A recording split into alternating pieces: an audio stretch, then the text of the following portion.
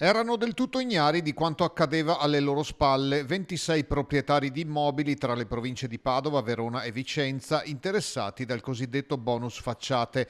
I lavori di recupero o restauro degli esterni sostenuti dal decreto rilancio del 2020 non erano in realtà mai stati eseguiti ed erano rimasti solo sulla carta.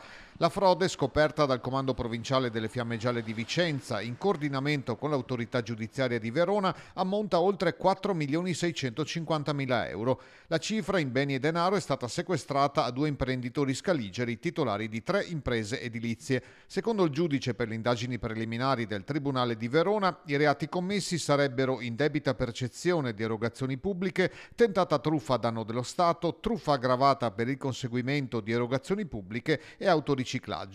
Le indagini riguardano illeciti messi in atto tra il 2021 e il 2022. I due indagati, tramite il meccanismo del cosiddetto sconto in fattura, avrebbero generato e ceduto crediti d'imposta falsi, dichiarando interventi edilizi mai effettuati. Già ad agosto 2023 era stata attivata la procedura per sospendere la compensazione di crediti per 450.000 euro da parte di una delle società coinvolte. I proprietari degli immobili, nella maggior parte dei casi, non avevano commissionato i lavori né firmato i relativi contratti d'appalto. Solo in un caso il cantiere ha eseguito una parziale ristrutturazione. I due indagati avrebbero inoltre utilizzato in modo indebito alcuni dati di cui erano venuti in possesso, in particolare quelli relativi agli edifici e ai proprietari. Una parte dei crediti generati, circa 500.000, era stato reimpiegato in modo illecito nelle attività imprenditoriali riconducibili ai due imprenditori sotto indagine.